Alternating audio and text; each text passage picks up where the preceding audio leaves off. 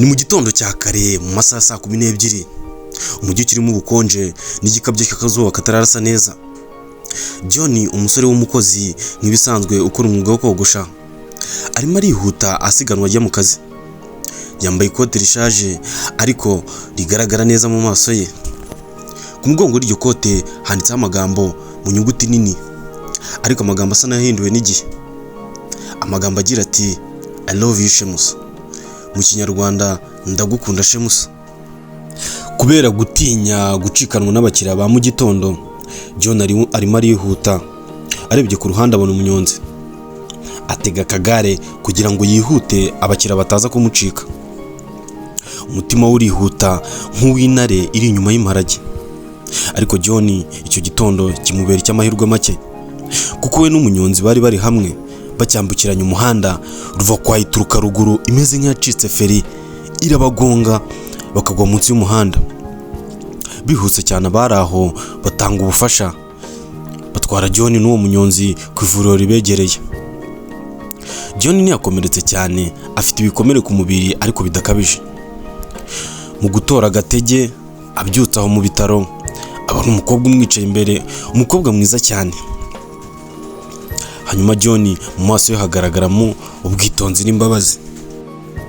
Muganga umuri imbere yitwa Shemusa.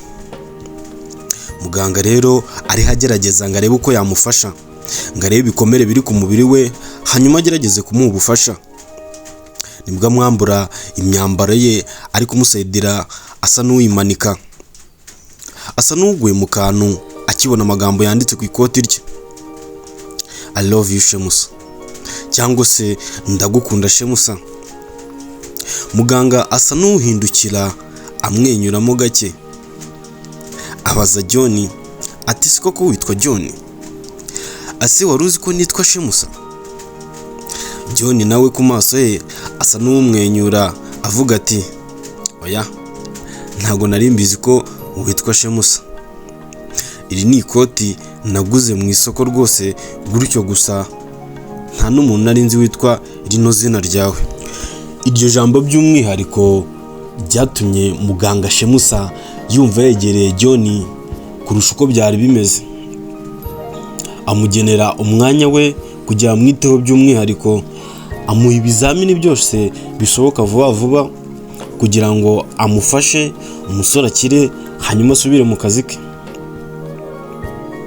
Uko iminsi igenda ishira, John agenda agaruka kwa muganga aje kwivuza no kwisuzumisha aho uburwayi bwe bugeze. Muganga Shemusa amwakira aseka, bakaganira ku by'uburwayi bwe, anamubaza ku by'intego ze, ku by'umwuga wo kogosha n'intego afite zo kuzatunga sale ye bwite. Ariko muganga akamubonamo umusore uzi gukora, ufite umurava, ufite n'intego zo kuzagera ku bintu byagutse, usibye ko yabonaga ari umukene. Nyuma y'amezi 3 John amaze gukira neza rwose, ameze neza, areba muri telefoni ye akabona nimero imuhamagaye. Nimero imuhamagaye ni ya Shemusa muganga. Nimero imubwira inkuru idasanzwe. Muganga aza hano amubwira inkuru idasanzwe rwose. Ati nabonye uburyo uri umunyamurava, nabonye uburyo ukunda akazi kawe, nabonye uburyo ukunda ibintu ukora. Nzi umuntu ufite ishuri ryigisha ibintu byo kogosha abana b'urubyiruko. Muri iyi minsi rero ariho ashaka umuntu w'umuhanga muri ibyo bintu wahagararira abarimu be. Nakwifuriza kugenda ugakorera aho hantu, ugahembwa umushahara mwiza, ugakabya intego zawe, nawe ukagera ku byo wifuje. John mu kiniga cyinshi n'ibyishimo byinshi abura icyo avuga, ibyishimo bikamurenga. Ati nukuri urakoze, yaza kuba atari wowe umunsi nakoraga impanuka, ubu byashobokaga ko n'ubuzima bwanjye bwaba bwararangiye. Nyuma y'igihe gito John atangira akazi ke gashya ko kuba umwarimu w'abantu bogosha mu ishuri ry'umuntu w'umukire. John uko akomeza agenda akora, uko akora buri munsi akagenda ashyira udufaranga ku ruhande duke kugira ngo yizigame. Ariko mu byo akora byose ntiyibagirwa ubwitonzi, ubugwaneza n'urukundo rwa muganga Shemusa. Ikoti rye naryo ntarisiga, aho agiye hose ararijyana, ryanditseho I love you Shemusa cyangwa se ndagukunda Shemusa. Akavuga ko amahirwe burya umuntu atamenya aho ava, nk'ikoti ryanditseho amagambo runaka rikaba urufunguzo rw'ubuzima bushya. Uko iminsi yagiye ishira, John akomeza kuba inshuti na muganga Shemusa, baba inshuti zikomeye rwose, bakaba inshuti z'akadahemuka. Uko John rero akomeza gukora akazi ke, niko agenda yubaka icyizere, niko abantu bagenda bamukunda, niko abantu rwose bagaragaza ko abitaho kandi abaha serivisi zinoze. Boss we nawe ntawema buri gihe kumushimira, buri gihe akenshi akamuha agahimbazamusyi kari ku ruhande rw'umushahara ahembwa. Kandi John nawe ntiyibagirwa inzozi ze, ntiyibagirwa icyo ashaka kuzageraho. Ku dukonti twe tugiye dutandukanye niko akomeza kugenda yizigama, kandi anakomeza kwibuka amagambo Shemusa yamubwiye ubwo bahura bwa mbere, ati wicika intege, komeza utsimbarare. Hashize imyaka 2 John ari mu kazi, nibwo yari amaze kwizigama 1/2 cy'amafaranga yari akeneye kugira ngo atangize business ye, kugira ngo abe yatangiza salo ye areke gukorera abandi. Nibwo atangiye kugenda ashakisha areba ahantu yakorera heza, hashobora kuzana abakiriya, ahantu heza rwose ashobora gukorera nawe agatera imbere. Ni nako agenda abaza inshuti ze n'abavandimwe, ababaza bamuha amakuru kugira ngo arebe ahantu yayikorera iyo business ye.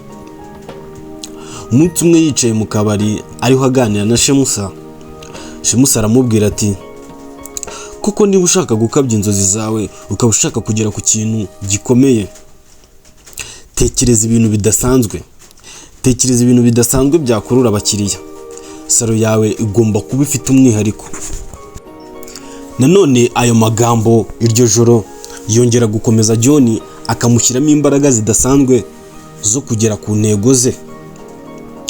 Hashize amezi make, John amaze kubona amafaranga ahagije, yamaze kubona n'inzu nziza iri munsi y'isoko ku muhanda nyabagendwa. John afungura salo ye nziza cyane, salo ayita ikote ryiza salon. Ijambo rimwibutsa ijoro ry'umunsi yakoraga impanuka n'uburyo yahuye na muganga Shemusa wamugiriye umumaro mu buzima bwe. Si byagarukiye aho, uko John akomeza kugenda akora, agenda abona abakiriya, agenda abona amafaranga, aza gufungura salo zitandukanye mu mijyi igiye itandukanye. Nanone agakomeza gukora cyane adatuje, ku buryo nyuma aza gufata abana bo ku mihanda, akabafata akabakura mu mihanda, hanyuma akabajyana mu ishuri nanone yikoreye ryigisha abana ibintu bijyanye no kogosha. John rero mu rugendo rw'iterambere ntahagarara, akomeza kwagura ibintu bye, akaza kugira igihe cyo kwizihiza ibintu yagezeho imyaka ishize ari muri uwo mwuga. Nibwo ashimira Shemusa mu mbaga y'abantu, akamushimira avuga ko iyo ataza kuba we ahantu ageze bitari kuzamworohera. Ndakeka n'uyu munsi John ikote ryanditse ari amagambo I love you Shemusa cyangwa ndagukunda Shemusa, ndakeka ko na n'ubu rikimanitse mu nzu ye. Ni ikintu cyiza rero cyerekana ko umugisha w'umuntu rimwe na rimwe ushobora kuva ku kantu gato. Nk'ubu ngubu urumva ko ikote rwose ryahinduye ubuzima bw'umuntu, akava kuri zero akagera ku kintu gikomeye, akagira umumaro sosiyete.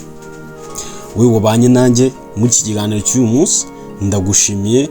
Kora subscribe, ukore share, kandi kukazogera, tujye tubana mu biganiro byiza nk'ibi ngibi bifite ahantu bya gukura mu bitekerezo bikakugeza ku rundi rwego. Ndagushimiye, murakoze.